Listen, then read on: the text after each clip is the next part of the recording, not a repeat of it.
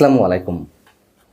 যুক্তরাষ্ট্রের ন্যাশনাল ইন্টেলিজেন্সের প্রধান তুলসী গ্যাবার্ড বাংলাদেশ প্রসঙ্গে যে মন্তব্য করেছেন, তার পরিপ্রেক্ষিতে ওই দিনই গভীর রাতে মধ্যরাতে সরকার যে শক্ত শক্ত শব্দে একটা প্রতিক্রিয়া জানালো বিবৃতির মাধ্যমে, তাতে কি মনে হচ্ছে যে সরকার এটা ধরে নিচ্ছে তুলসী গ্যাবার্ড ভয়ে গুটিসুটি মেরে চুপচাপ বসে থাকবে, এ বিষয়ে আর অগ্রসর হবে না? অথবা যুক্তরাষ্ট্র সুরসুর করে লাইনে চলে আসবে, বাংলাদেশ যা করবে তাতেই তাল মিলিয়ে যাবে, এমন কিছু ভেবে সরকার কি বেশ ফুরফুরে মেজাজে রয়েছে? অন্তত অবস্থা দৃষ্টিতে তেমনটাই মনে হচ্ছে।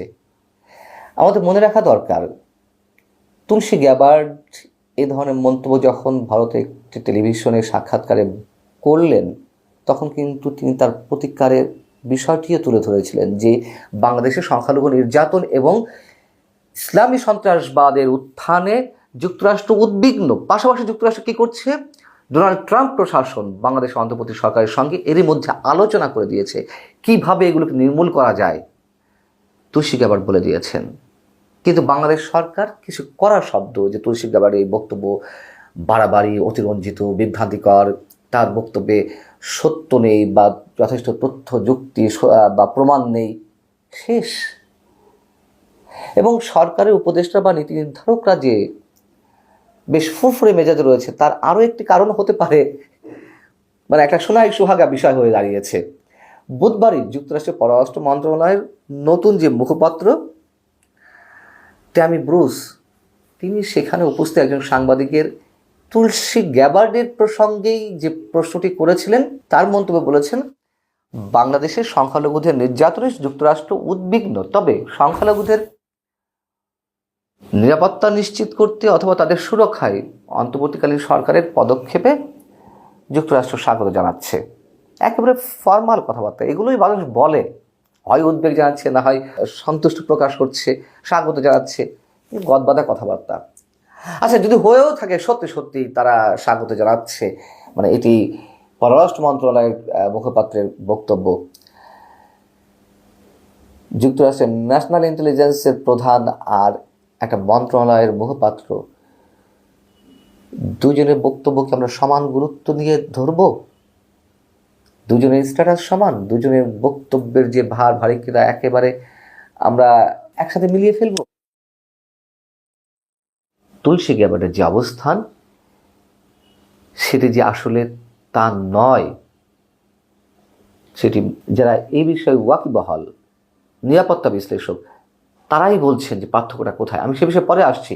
যেমন তুলসী গ্যাবার্ড কি করা উচিত এটি তুলে ধরেছিলেন।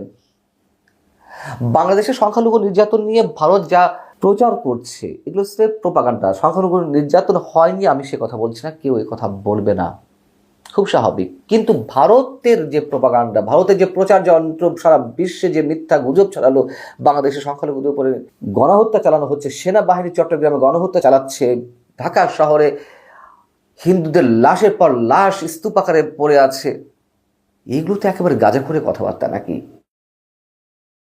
সেই বিষয়ে সরকার তার ফ্যাক্ট ফাইন্ডিংসের মাধ্যমে কি তথ্যগুলো তুলে ধরতে পেরেছে? পারেনি তো। এবং সেই জায়গা থেকে নিরাপত্তা বিশ্লেষক মেজর জেনারেল অবসরপ্রাপ্ত ইমদাদুল হক, তিনি আন্তর্জাতিক গণমাধ্যম ডয়েচে ভেলেকে বলছেন, তার বক্তব্যগুলো ঠিক এরকম।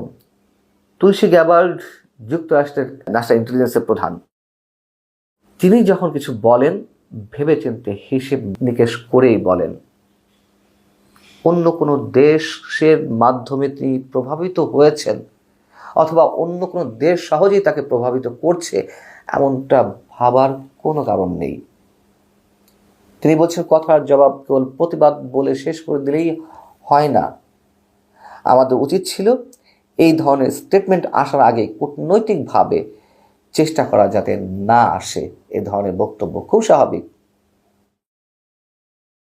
আসার পর সেটাকে হালকাভাবে নেওয়ার সুযোগ নিয়ে এখন তারা যা বলছে সেগুলোকে আমাদের দিক থেকে দেখতে হবে। যেমন ডোনাল্ড ট্রাম্প 2024-এর 4 নভেম্বর মার্কিন যে নির্বাচন, সেই নির্বাচনের আগে টুইট করেছিলেন, বাংলাদেশের সংখ্যালঘু নির্যাতনের বিষয়ে তিনি উদ্বিগ্ন।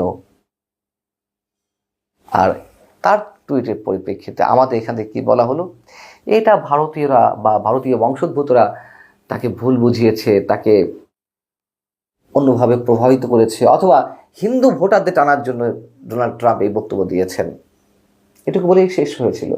তখন থেকে যে সরকারের কূটনৈতিকভাবে কিছু করা উচিত, এটি সরকার করেনি। যেটি করা উচিত ছিল, যা বলে এসেছি আমরা, তা কিছুই করেনি। এমনকি ভারত যে ইংরেজি, হিন্দি, বাংলা নানান মাধ্যমে প্রচার যন্ত্রের মধ্য দিয়ে যে প্রপাগান্ডা চালিয়েছে, আমাদের কোনো ইংলিশ মিডিয়াম নেই যার মাধ্যমে তাদের এই বক্তব্যের জবাব আমরা সেটির মাধ্যমে তুলে ধরতে পারি। সরকার সে ধরনের কোনো ব্যবস্থা নেয়নি, ফ্যাক্টস অ্যান্ড ফাইন্ডিংস তুলে ধরেনি, এবং কাউকে সেভাবে আহ্বানও জানায়নি যে আসুন আপনারা আমাদের খরচে, বাংলাদেশ সরকারের খরচে আপনারা আসুন, দেখে যান। কিছুই করেনি। তার মানে দুর্বলতা তো অবশ্যই ছিল। এবং বিশেষ করে ইসলামী সন্ত্রাসবাদের উত্থানের যে চেষ্টা, সেটি তো আমরা বলতে পারি যে সেটি তো স্পষ্ট চলছে। যেখানে সেখানে আইএসএ পতাকা নিয়ে মিছিল, বিভিন্ন কর্মসূচি, পাকিস্তানের সঙ্গে, পাকিস্তানের আইএসআই প্রধানের সঙ্গে যে বাংলাদেশ সরকারের ঘনিষ্ঠ যোগাযোগ, সেই কথা তো আবার ভারতের জাতীয় নিরাপত্তা উপদেষ্টা অজিত দোভাল সেটি তুলসী গ্যাবার্ডকে ব্রিফ করেছেন। এবং সর্বশেষ হিজবুত তাহরির যে কর্মসূচি, সেটিও আন্তর্জাতিক গণমাধ্যমে কীভাবে কাভারেজ পেয়েছে তাও তো আমরা জানি। এবং স্পষ্টত সরকারের প্রশ্রয়ে হিজবুত তাহরি এত বড় কর্মসূচিটি করার উদ্যোগ নিয়েছিল এবং তারা আয়োজনও করেছিল। হয়তো শেষ মুহূর্তে পুলিশ কিছুটা বাধা দিয়েছে, কিন্তু ব্যাপক কয়েকদিনের দীর্ঘ প্রচারণা, তাতে তো পুলিশ কোনো ধরনের বাধা দেয়নি, সরকারের পক্ষ থেকে কোনো ধরনের উদ্বেগ প্রকাশ করা হয়নি। অতএব চারিদিকে যখন সমালোচনা পশ্চিমা বিশ্বকে দেখানোর জন্য সরকার এগুলো করছে, এই ধরনের বক্তব্য আসা শুরু হলো, তখন কেবলমাত্র কয়েকজনকে আটক করা হলো পশ্চিমা বিশ্বকে দেখানোর জন্য। তারা তো এতটা বোকা না যে কোন পত্রিকায় কী এলো শুধু সেটুকুই দেখেই বসে থাকবে। তাদের ইন্টেলিজেন্স নেই, অবশ্যই আছে। এবং যা কিছু ঘটছে এইগুলো কি যুক্তরাষ্ট্রের রেকর্ডে থাকছে না? অবশ্যই থাকছে। অতএব চিরাচরিত নিয়মে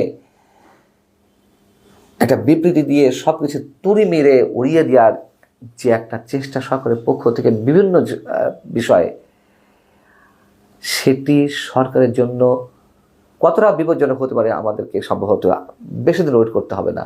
এবং আমাদের পারসেপশন থেকে, আগের অভিজ্ঞতা থেকে বলতে পারি, যুক্তরাষ্ট্র যখন এই ধরনের মন্তব্য করে তখন শুধু করার জন্যই করে বসে থাকে না, তাদের প্ল্যানিংয়ে অনেক কিছু থাকে, যার অভিজ্ঞতা আমাদের নিকট অতীতেই রয়েছে। যুক্তরাষ্ট্র আওয়ামী লীগের বিরুদ্ধে যা যা বলেছিল, যা যা হুঁশিয়ারি দিয়েছিল, আমরা ধরে নিয়েছিলাম যুক্তরাষ্ট্র এর মধ্যে দিয়ে সীমাবদ্ধ থাকবে। শেখ হাসিনা প্রচণ্ড আত্মবিশ্বাসের সঙ্গে যুক্তরাষ্ট্রকে তুড়ি মেরে উড়িয়ে দিতে চাইছিল। অনেকে বলে থাকেন যে 5 আগস্ট গণঅভ্যুত্থানে যুক্তরাষ্ট্রের কোনো হাত নেই, কিন্তু আমি ফ্রম দ্য বিগিনিং বলে আসছি যে যুক্তরাষ্ট্র অবশ্যই প্লট নির্মাণ করেছিল, এবং যার অনেক প্রমাণ এখন বেরিয়ে আসছে। অথবা এখনও যে সরকার, মানে যুক্তরাষ্ট্র বসে থাকবে, এটি মনে করার কোনো কারণ নেই।